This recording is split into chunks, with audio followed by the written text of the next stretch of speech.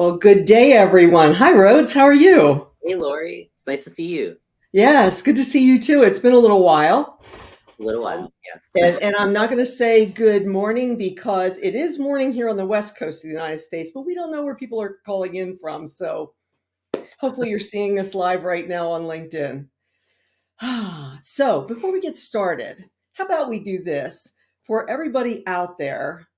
Put the other stuff away, put the phone down, and let's take 3 centering breaths because I don't know about you, but this always makes me a little crazy first thing in the morning. And let's just take a breath and breathe in and hold and exhale it and pause for a second. And a second breath and an exhale.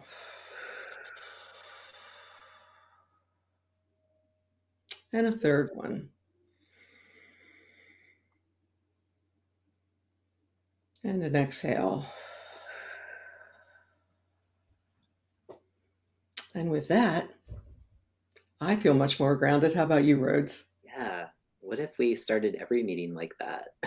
Uh, that is my dream. And I am working to make that happen and everything that Aligned at Work does. So I'm sure Thank you. Rhodes Perry Consulting does the same. Yes, yes. Okay. Bring the feelings and the body into your work. Yes, yes. So important. It's something that we've lost in the West here and the Western world. And I think we really, truly need to get back to that. The world would be a far better, more compassionate place with a Yes, little bit of grounding. that's the vision. Yeah. Yes. So let's talk vision. Before we do that, so Rhodes, you and I met back in, I think it was 2017 Mhm. at a Yes. conference. What do you remember about that first meeting? I remember I was overwhelmed. So I was really young in my business. And I remember sitting next to a very lovely person who had a calming energy, which was you. And we kind of were just chatting, right? And it was, kind of, what do you do? Da da da da da. And all of a sudden, like, we just found synergy in terms of, well, we work with leaders, we work with organizations, we try to improve culture. It's like, this is amazing. I thought I was the only one. Yes. At that conference, right? And I think I don't know, fast friends after that. Yeah. That's my limited memory because COVID That's happened. that that's how I remember it too, and I actually walked into that session because I was there to support our business coach, Mhm. and so was my husband, and we thought we had to stay in that room for the whole day, Oh, where she was training, and she was doing some amazing things in there. But I think it was the second time she ran it, I realized I could go to another room, but I had to wait and see if there was space, and the space was next to you. And I think we sat there for 3 hours and didn't have a chance to talk. And at mhm. the end, I think I turned and said, I feel like we should introduce ourselves. Though we had lunch, and Yeah, here we are, 5 yeah. years later. One thing I remember about that too, Lori, is that I was at this business conference and I was still coming. I was I was shaking off working for an employer, right? And Me too. we're going to talk about belonging today. And often I felt excluded. So it was just like I felt such a connection and such trust. Like we were building fast trust, where I shared more about who I was with you. So I was like, yeah, and I do LGBT advocacy. I'm a trans guy, and I often don't lead with that, at least at Yeah. that time, right? But you just, I don't know, you had this energy where it's like, yeah, like that's really cool. Yeah. And I just took a risk, and you were able to care for that part of who I am, with a lot of compassion. And yeah, that's one of the other Yeah. things I remember that I really thought was different than most of kind of networking at kind of business conferences. Yeah. Usually, oftentimes you keep it superficial until you really know the person, but it was this fast, like, hey, here's who I am. And I was like, oh, and I think the universe had a plan for me within a 2-week period. I Yeah. met you. I think I had just come from Work Human running in Scottsdale and saw Chaz Bono speak, Oh, and then heard from a friend that their child was transitioning, and that child is now in our network. I won't say her name, but yeah. she can put her name in LinkedIn if she wants to. But that a grown child, this is not a child, but grown up, was transitioning, and so I felt like the universe was saying, excuse me, you need to pay attention to this. And so all part of the grand plan, I think. Yeah, it's Yeah, like serendipity, right? Or it's just like, how is this okay, like trusting the universe and um yeah, it's yeah, been fun. It's been fun growing our friendship yeah. and And yeah. and we were walking parallel paths, I think, at that point, because I too had left corporate about 2 years before that. Mm, I think it took me a good 5 years. I'm at the 7 year mark now. I think it took me a good 5 years to kind of shake off the stuff, and I'm still shaking it off. I don't think it's ever done. oh Uh, yeah. Yeah. and I think that's probably why you and I are in the work that we're in, is because we want to help corporate places Mhm. and people to heal Yes. and to bring this sense of belonging to work, that people don't feel like outcasts, that people don't feel like that dread of having to either log on if they're working from home or someplace else, or driving to the office or commuting to the office. So Yeah. it's just it's something we really need. Yeah. So let's go into that. So we're here today because you are launching a second book next Yeah. week. This is And it. that's Yeah. hold the book up. There we go. Imagine belonging. All right. So I bought your first book, and I remember you launched that book the day that Michelle Obama launched her book. And I don't know if you and she had talked ahead of time and said, "Hey, let's do this." I don't know, He gave me a but back. No. I remember buying that and Dare to Lead by Brene Brown. So I had Belonging, Dare to Lead in your book, and took a picture of them and put them up with yours on top, saying like, "Here's three great books I'm going to read." And I was so impressed with content and format and all of that. So you made the bestseller list, I believe, with that first book. Tell us a little bit about that first book and how it came to be. Yeah, absolutely. So the first book, and people have asked, you're writing another book about belonging, and I was like, yes. So the first book was really kind of helping people wrap their arms around kind of the what, why, and how of belonging, and and really kind of centering on why does this matter in the workplace, and in particular for leaders and those on the path to becoming more inclusive leaders, how this can actually help ignite, stronger team cohesion, greater creativity, getting the business results that they want.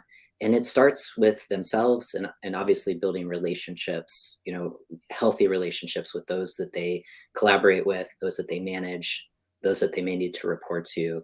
And that was just, writing a book is definitely a journey, and Yeah. it's almost, I mean, I don't know. I have many friends who have given birth. I have, that's not in my realm. I don't have kids, right? Um, but I feel like maybe there's a similarity of kind of the idea, and the kind of the process of getting that out in a way that can really connect to other people, that can help them. And that really was my goal.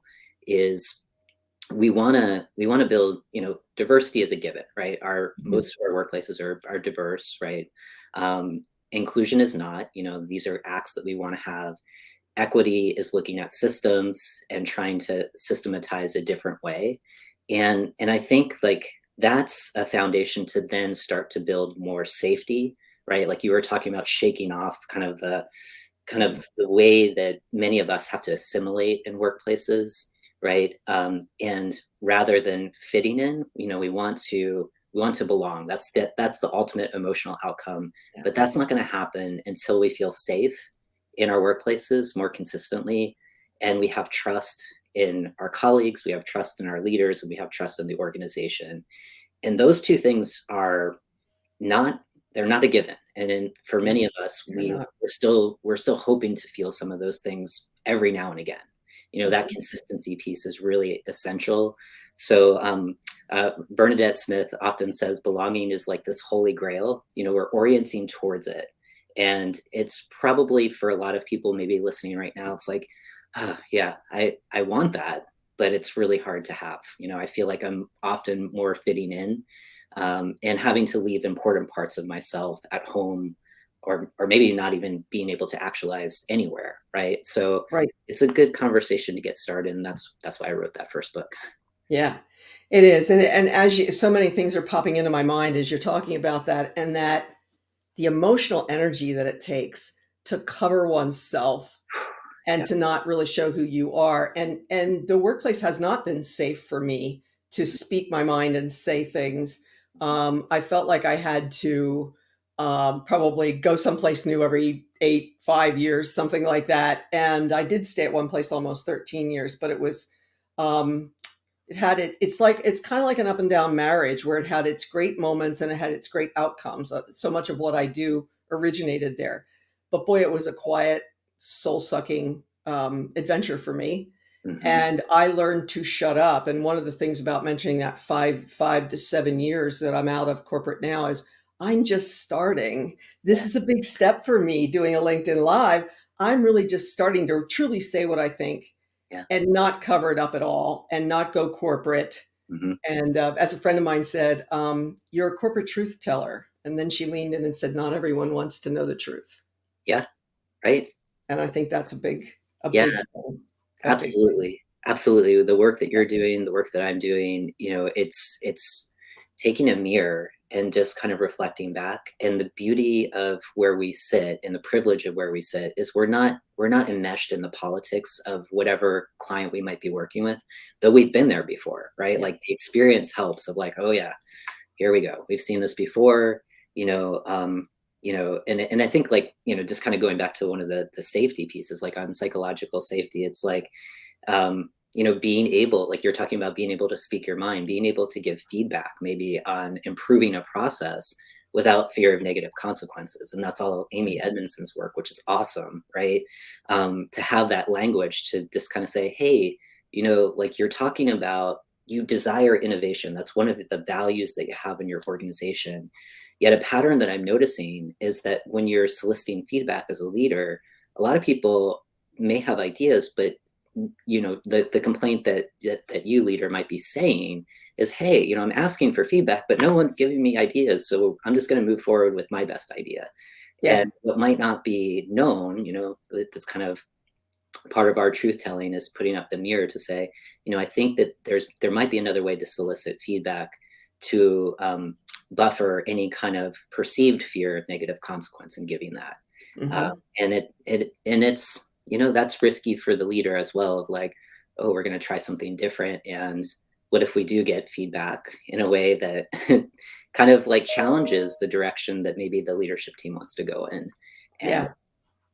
and It's that's tough for people to challenge the leader, I think. And it's tough for the leader to be challenged, mm, even if they welcome it, mhm, because there's still this, well, ultimately I'm responsible. And I have to, it's going to come down on me first. And so it's really about protecting oneself, especially the higher you go, and then not wanting to be embarrassed and not wanting the vulnerability thing for leaders my age. And I'll just say I'm 65 years old, so I'm a smack in the middle of the highest part of the baby boomer mhm, wave that came into the workplace.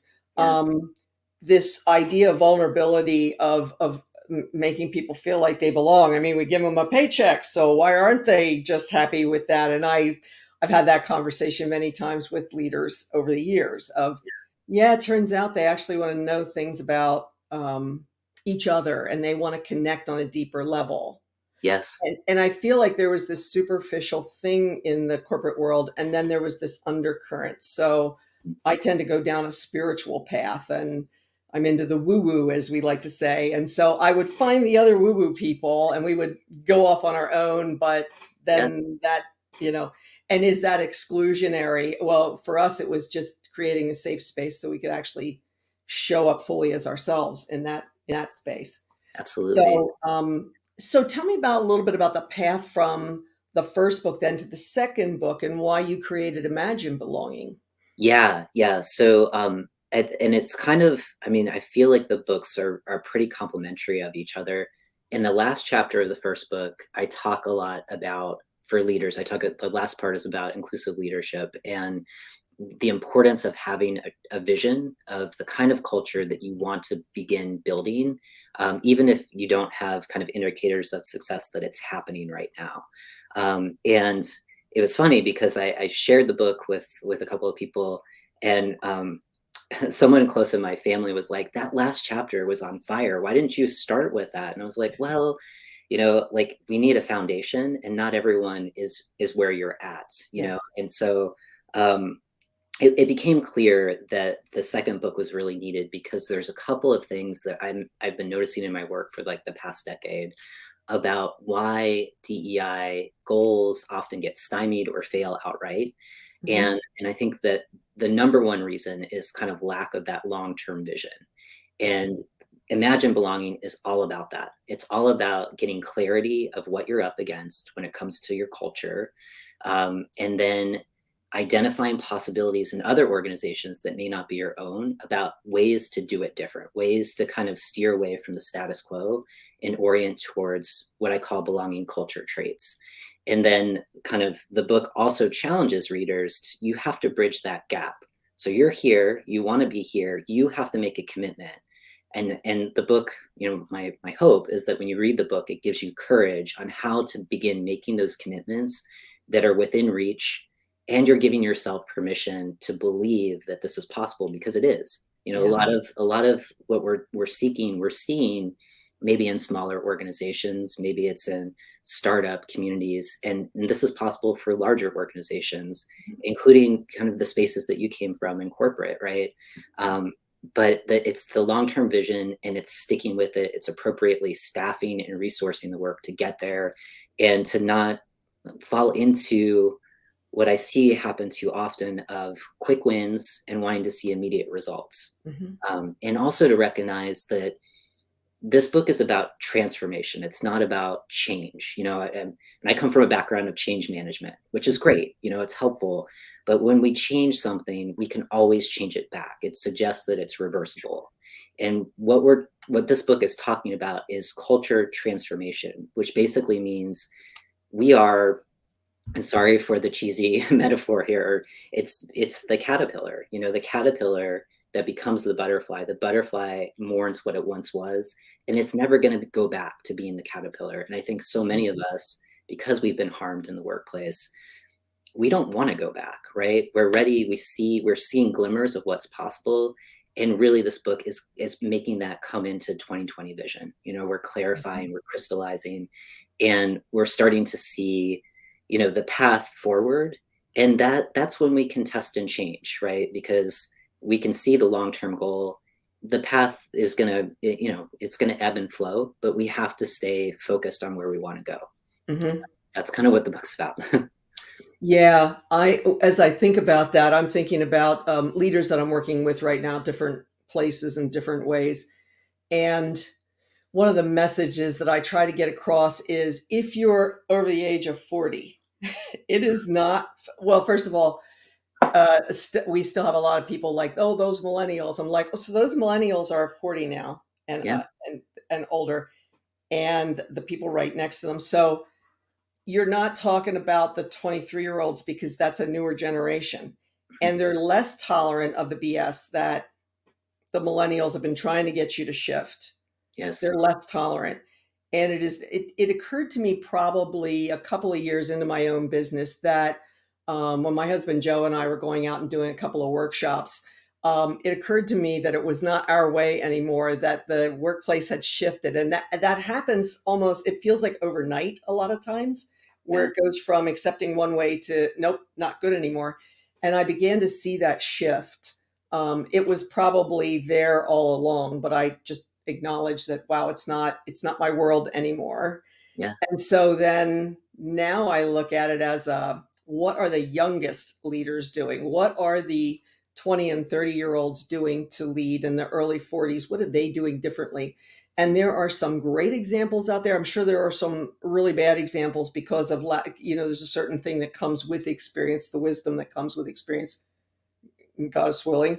But it's just this shift and this change.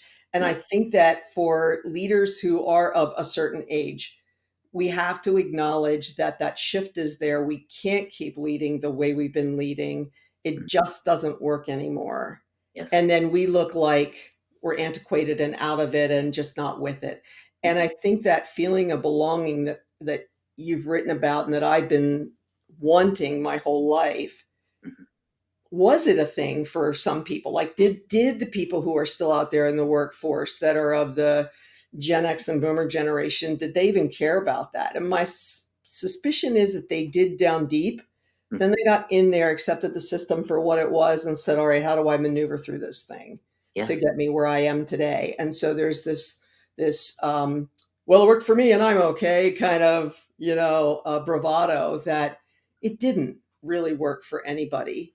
yeah. You just learned how to live in it Mhm. and survive in it. But have you really been thriving? And why is there one of you at home and one of you at work? And as you said, it may not be safe either place for some Absolutely. people. So, Absolutely. Yeah. yeah. It's so interesting. I like that you said thriving, right? Because what you were describing, for baby boomers, Gen X, maybe some millennials, and even maybe some Gen Z who are coming into the workplace, um, it's surviving, right? Trying to get by, to go along, to get along, to fit in at the expense, of covering what's most precious to you, like Yes. brutally extracting the things that matter the most.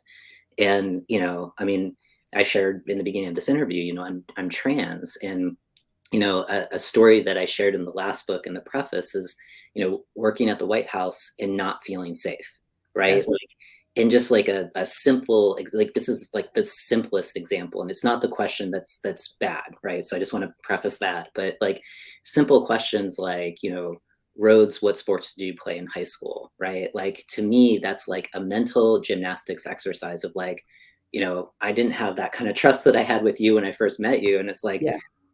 do I share that I played women's fast pitch softball for 16 years? Am I safe enough to do that? And if I do tell that story, what are the negative consequences that are going to come my way? Am I going to miss that stretch assignment, which is going to like push me out of a promotion, which is Right. probably going to just leave me stuck where I'm at right now? And I can't do that, right? And that happens to so many of us every day. I mean, that's the reality of so many of us. And you know, I generationally, like there are some trends we can talk about, and I think that this is this impacts so many of us, and I think more, and maybe it's with age. When I'm Mhm. thinking of my younger self, where I would enter organizations that they were not built for trans or non-binary people, period. And in order for me just to survive, I had to start speaking and sharing because I felt safe enough in some situations to say, hey, it'd be really helpful to have some health insurance that could support me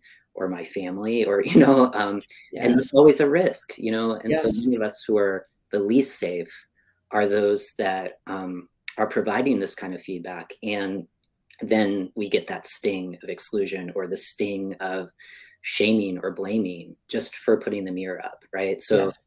the blessing that you and I have is that we get to kind of come into organizations that at some point they're ready for something because they're asking you to come in and they're Mhm. asking for that mirror, Yes. and it's almost, in a way, like we're kind of social workers for organizations of meeting those organizations where they're at and guiding, as far as they want to go on the journey. And hopefully they're in it for that long-term vision. Yeah. And hopefully this book helps kind of clarify, like, what is it that you want on a full sensory level? And if you can't name that, that's where you begin, Yeah. because we have to get clear on that, because then it's just a performative exercise of, hey, we just did this training, or we're coaching our leaders, right? To what end? What is Yes. long-term impact that you want to have? Yes. Yeah, for me, it's always all about the vision. And I am seeing that Yasmin, our magical unicorn behind the scenes, is telling me that we have two questions from the audience. So, Yasmin, if you want to put them in the chat box, we will address those. And while we're doing that, Rhodes, where can we find Imagine Belonging? It's pre order right now, correct? Yes, and it's really simple. If folks go to imaginebelonging.com, yes. All right. Thanks, Okay. Yasmin. That link right there will take you to where you can pre-order the book. It comes out next Tuesday, and we're doing a fun event too that we'll talk about it in a little bit. But so the Okay. question, yeah.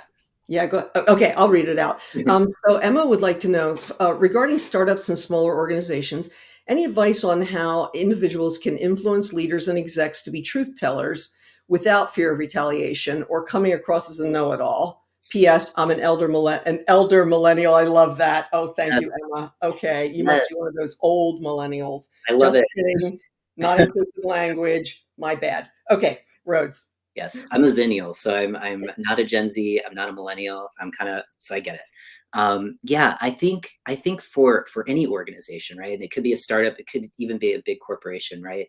I think one of the ways to kind of influence leaders is to share with them organizations that are giving you those possibilities of transforming your culture, right? Those are the positives, right? Some people are moved by that of like, whoa, we could do that. I didn't even know we could do that, right? Mhm. And sometimes, right? And it's all about dopamine or cortisol. If you're a dopamine, it's the belonging, it's the happiness, it's the love. If that Mhm. motivates people, you know your leaders better than I do. If it's the cortisol, right? The kind of the fear, the things that we turn our way, the emotions that we turn our back to because Yes. they're yucky. That might be naming, some of the reasons why leaders ought to engage in this work now, right?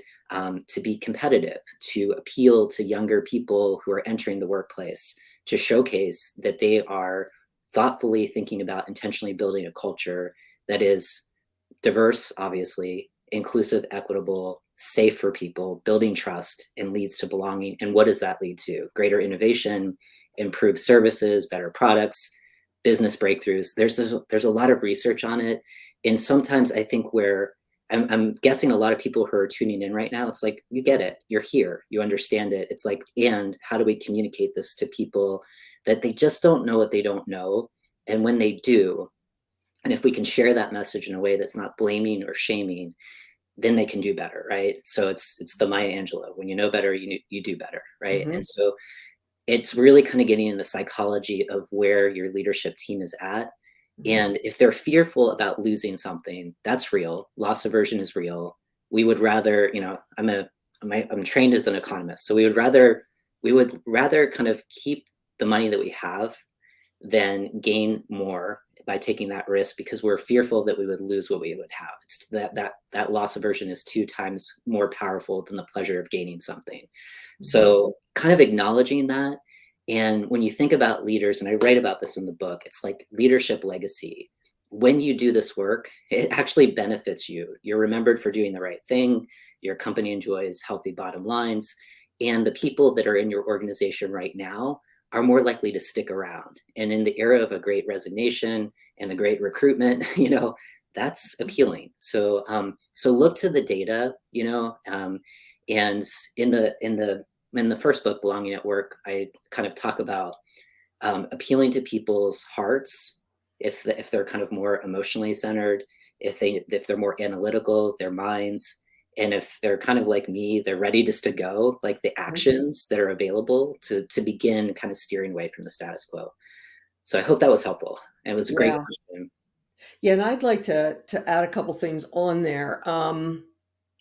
It's tough when you're in a startup or small organizations, usually it's a go, go, go kind of personality that gets into that line of work. Usually, not always, but oftentimes. And what I'm thinking is that they aren't always the best about having systems in place and that you're kind of doing it on a wing and a prayer because you've got a big idea or big vision. Yeah. And so, how do you do it without fear of retaliation as I look at that or being a know it all? Sometimes for me, what's helped is I learned that I used to joke that I had brick marks on my forehead from hitting the wall so often. Like I would be and I did have a boss early on who cured me of saying, well, we all think, and he was like, who? How about you just speak for you? So Mm, sometimes there's safety in numbers in small organizations. If you have, let's say, a tyrannical leader or just somebody who's unaware, they run the gamut. Maybe that a bunch of you can get together so that it's not just one person who takes the hit for the team and goes down trying. mm, Um, and it is hard, especially if you do fear retaliation and you have a good reason to fear that retaliation. That's when I see people just either actively or quietly disengage and usually go away. And so sooner or later, hopefully that leader realizes they've got massive turnover. yeah. But from the organizations I've worked with that have massive turnover, the leader has rationalized that somehow. Well, that's how our industry is, or, that's normal in our industry. Well, that's, I don't know, what are some of the other ones I've heard? Um, it's okay, we wanted that person to go anyway, but what about the other 10? And so there's all these stories that we create and tell ourselves. So not an easy situation there. Yeah. Yeah. And then we have one more question. So Angela would like to know, how can organizations determine what their next steps to make that transition, that transformation, training, replacing certain leaders? What should they look for in leaders? In leaders, it's really inclusive leadership, inclusive leadership traits. So looking for behaviors that you are interviewing for, right? So if your organization wants to determine its next steps, right? Like having leaders that have done this in other organizations might be a start, right? There's some good traits that Deloitte came out with. I feel like this was like 10 years ago now, and it's kind of the 6 inclusive leadership traits.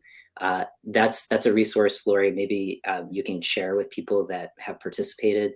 A couple of those that come top to mind is cultural intelligence. So understanding your culture and understanding the many different cultures that are on your leadership team, and being able to interview for that. So tell us a time, leader or potential leader in our organization, when you've worked with different groups of people and had to address conflict. How did you approach that?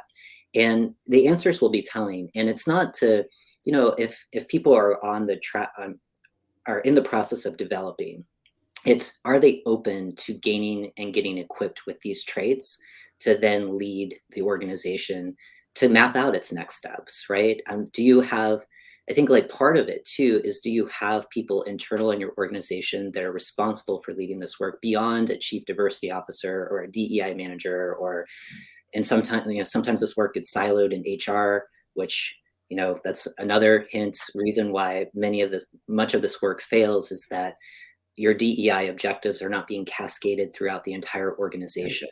So, so really, is there a concerted effort happening in the organization right now to think about, we've got these goals, we've got this beautiful statement. How does it exist throughout every level of the organization? Because your culture is your organization, right? This is culture transformation work. And if there's some questions there that aren't answered, just in what I'm sharing, maybe that's your next action. Maybe you've done all of that, right? There's always, you can look at organizations, and usually it's in large kind of Fortune 100 companies, because they have the resources to, staff this work. It's not perfect, it's ongoing, right? But there's a lot of innovative programs that are coming out of these more well-resourced organizations. And so if you're like, oh, we've done all of that, we're good, this is ongoing, because culture continues to evolve and change. And just as Laurie's talking about, if we're talking about expectations that those most senior in the organization have about what culture is and what they want it to be, you talk with younger professionals just entering the workplace, that's going to be really different. So that's why this is an organizational imperative, as much as it is for us as individuals to develop different behaviors, to be more mindful of working across differences and understanding our own programming, our own biases that we constantly have to unlearn to then relearn to be more inclusive. And that's a lifelong process. I've been doing this work for 20 years. I learn something new every day. It's very humbling, and I love it. So, so hopefully that's a starter, without knowing the details of what you've done and where you want to go. Yeah.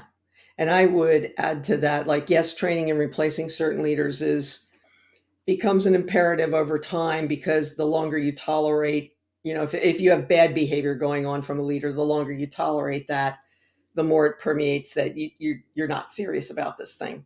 Mm-hmm. And it's what you say and then what you do. And, read 5 Dysfunctions of a Team for a basic guide on, who stays and who goes. But I think the other thing that comes up for me when I look at that question is that these culture transformations take time. Mm-hmm. Like, it would be lovely to have a revolution and things change tomorrow, but that's not the way our world seems to work. So it's more about the evolution and the steady, and sometimes it's a couple steps back before you go forward, but keep the pressure on. Culture shifting, before we were trying to make diversity, inclusion, equity, belonging, justice, all those things part of the vernacular and part of the everyday things that we do. it took a minimum of 18 to 36 months. I can only imagine how long this one's going to take. And I keep hoping that we keep the pressure on that so that I see real change in my lifetime. Fortunately, the women in my family live to be 100, so, or close to it. So still got a good run. Yeah, But it is a long-term kind of a thing. And it does start with knowing what you want and then knowing what you're going to tolerate and putting some teeth in that, yeah, which is hard the higher up the chain that leader is. yeah. Yeah. There's something else. Thank you for adding that, Laurie. That just came to mind. Another reason why DEI efforts get stymied or often fail is unaccountable and unequipped leaders, right? So we talked about kind of equipping, and developing leaders. That's super important. The accountability and transparency piece. I can't tell you how many times I work with clients, working with leadership teams, and I'm introducing, different ways of holding leaders accountable. One of which is kind of bonuses and salary and performance of people at the highest levels of the organization. And it almost is like, okay, we have another meeting, we've got to go. It's like the Zoom, it turns off, Yeah. so and perhaps, and maybe this goes back to, I think it was Emma's question of not being kind of the know-it-all or fear of retaliation. If you are working with kind of external groups, an external consultant, whoever, push them to introduce the accountability and transparency piece, because the worst that can happen to any of us on the outside is we no longer work with the organization because we were truth tellers and they weren't Yeah. ready to hear the truth, right? Yeah. So, and then usually what happens after that is there's some soul searching, if your leadership team is reflective, and that might take some time to metabolize and process, but it's in the ether, and it starts to get leaders recognizing it's on us too. We have to Yeah. own this work too. We have to be all in. So Yeah. hopefully that's helpful. Yeah. Sounds good.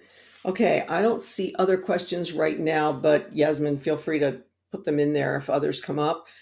So one last question before we get to a whole bunch of links, and we will find that inclusive leader study from Deloitte, and we'll put that into the chat area, not the chat area, but the posting on LinkedIn after this.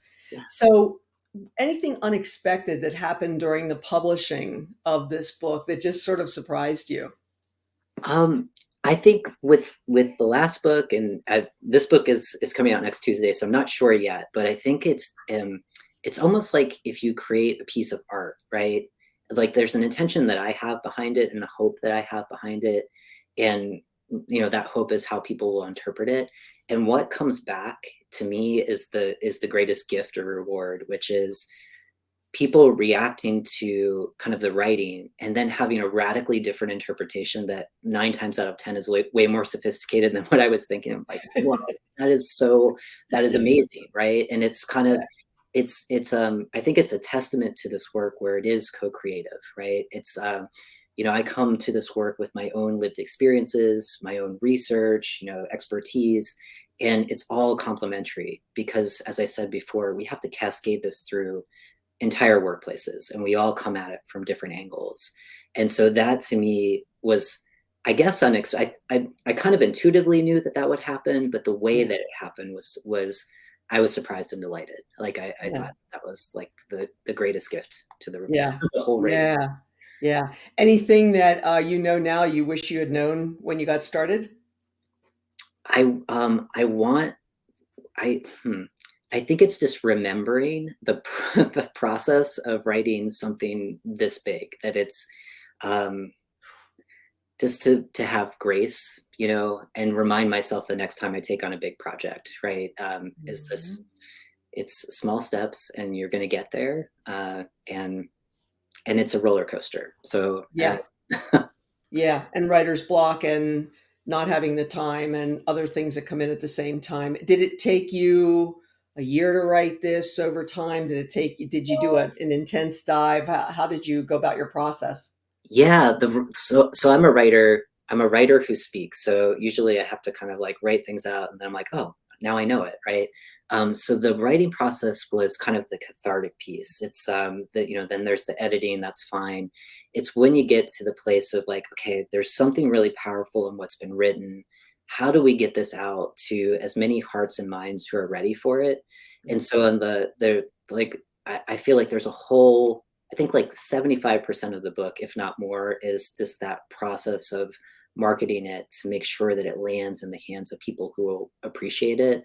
And that is not my zone of expertise. So I'm very grateful to work. I'm working with a company called NG Enterprises. So for any other book writers out there, you want to get your message out there, I highly recommend them.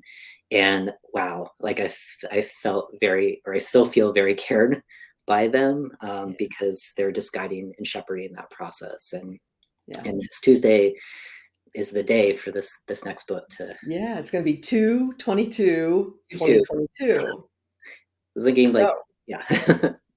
time to transition to the next thing. Yeah. So as we sort of bring this to a close again, I'll invite people that if they have any questions, now's the time to get them in there. You can always reach out to either one of us afterward as well. We're both on LinkedIn. We're on Facebook. There's ways to get to us through our websites. So you have a belonging summit every year. I was pleased to be a part of that first one a couple of years ago. And then you reran that one in 2020 after the murder of George Floyd and the world began to go a bit crazy. And I know you have one on the books for this year. So tell us a little bit about the Belonging Summit. Yeah. So the Belonging Network Summit, this is the fourth year that we're running it. It's 100% free, July 11th through the 15th. So if you like conversations like these, we interview about 24, DEI thought leaders, social justice advocates, and really what we're trying to do is talk about this work kind of in a way that when you go to a DEI conference, you might talk about, courageous conversations or inclusive leadership traits. Like this pushes the edges and talks about the things that you likely talk about after the conferences around a water cooler, or maybe you're texting because we're all virtual conferencing right now. And so examples of what we kind of covered last year is talking about dominant culture in the workplace, how we bridge across differences, how we practice community care for those of us that lead this work without, secondary traumatic stress or, compassion fatigue or burnout, which if we're not careful, that can happen really fast. Very easily. And it's really about connecting. It's about connecting across industry, across profession, people who might be passionate about this work, people who are experienced in the work, and sharing ideas, right? Like this is very open source. So if that sounds exciting to you, it's a lot of fun. It's an enormous learning journey. And last year we had Joshua V. Barr, who is an Emmy Award-winning director. We screened a documentary that he created. It's called Breaking Bread, Building Bridges, and it's on YouTube. You can access it for free, and it's so powerful. So if this is something that you're thinking about, you want to do some informal learning in your workplace, definitely check out that documentary. He came in after we screened it, and we had a really robust kind of just question and response session, and it was powerful. So I love doing it every year. And one day, I'm hoping that we can do it in person. But at this point, it's really important. And one of the main reasons why we started it was to democratize this learning, right? Because chances are, if this is like your professional role as a DEI practitioner, you've got a budget, you can travel to conferences, and you also know that it takes everybody in your organization to create the kind of culture that you want. So why not invite folks within your organization who are like, you know what, I'm really into this. I don't have the budget for myself, or I can't take the time. That's why this summit exists. So definitely check it out. And Laurie, thank you for speaking out. You were awesome, and you can still have Laurie's talk. It was a lot of fun, and we did some Facebook Lives before LinkedIn had live, and it was really a very cool experience. And I've gotten a lot of those people who spoke are now in my network of people that I follow on LinkedIn. I do know that some of my friends, I've gotten a lot of my friends that are in this kind of work into your group, which we'll talk about next. But I know many of them have had like watch parties So they'll get together and watch, because I believe you drip out the interviews. This day has these people, and then they're around for 24 hours or something. And of Yeah. course, there's always the option to get them all afterwards for a fee, which is very reasonable. And so it's a way to spread the word, especially since so many of the ERGs and the people that do this work may or may not have a budget. That's starting to shift and change, but in the olden days of Yes. a year ago, they Yeah. did not. So Yeah. we're on the cusp. Okay, and you have a very active Facebook group that kind of evolved out of that. So tell us a little bit about that group and what people can expect there. Yeah, yeah. So one of the ways that we synthesize our learnings is through workbooks after each talk. So after Laurie's talk, we had a really detailed workbook where you can kind of just take what you learned and then apply. Think about where you fit into the conversation, and then how you can apply some of the actions into your own organization. So it's transferable. And because it is such an enormous learning journey, we wanted to create a kind of, again, kind of democratizing a social space where people can connect. And so we created a Facebook community. I know not everybody uses Facebook, and we're trying to potentially start a LinkedIn community too, where people can come in and share. And it was originally designed just for the summit, and year round now people are sharing ideas, they're sharing research, they're sharing job opportunities, contract opportunities. It's really fun. And so, occasionally I'll pop in some questions, and more often than not, it's other participants asking questions or sharing. It's not, people aren't self-promoting at all. It's just really, we're here for each other. And it's a virtual way of of bearing witness to community care, Yeah. giving when you can and receiving when you need it. It's an amazing group. I see people also like asking questions about, I don't know what to do about this, or I'm new to this role, and who do you know that does X, Y, and Z? And I've gotten, conversations started by doing that. And then we have the link here to your belonging membership community. So you also have a membership process. So tell Yeah. us about that one. Yeah, there's lots of fun stuff. So you can Yeah. plug in anywhere. The membership community is really for those folks that are getting equipped on the path to becoming inclusive leaders, or may self-identify as inclusive leaders, as well as DEI practitioners and some people in movement, social justice work coming together. We come together twice a month. So we'll have a guest speaker and a theme. This month, we're talking about upending anti-Blackness in the workplace. And we had Vashti Boyce come in and speak 2 weeks ago. And then at the end of the month, we come together for a group coaching process of like, okay, this is what we learned with Vashti. We've got some reflection questions. We often kind of break up in small groups. We have some kind of engaging activity.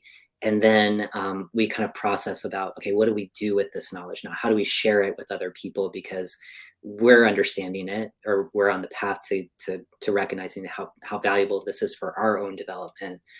We want to invite in more people in our own organization. So I love it. Next month we're talking about modern families with Tristan Reese. So that's going to be something fun to look into, and it's great. We also have a virtual learning library. So after every talk, like say you plugged into the community next month, right? You can access talks and worksheets and lots of other rich learning activities since we started the community over 2 years ago. So I love it. It lights me up, and it's a great Yeah. way to start your work week. Yeah. Beautiful. Lori. And Yasmin, do we have a Facebook link too, in case people want to hunt that down? But easy enough to find. On Facebook. It's the group called Belonging at Work, Mhm. as I recall. Yes. Yeah. Yeah. Okay. Very good. And we'll put the links all in the thing after we stop the feed. Yeah. So we are at the bottom of. I'm just double checking to see if I had any more questions to ask you, but I think at the bottom. Yeah. Yeah. I have gone through all the questions. Do we have any more from the audience? I'm thinking we do not. But okay. Then, Rhodes, I want to thank you for being here today. And everybody watch for next week. Get out there, order that book, all that good stuff. All All right. right. Thank you, Lori. This was so much Thank fun. you. Congratulations on your LinkedIn Live. This was great. Thank you. Okay. Bye. Bye.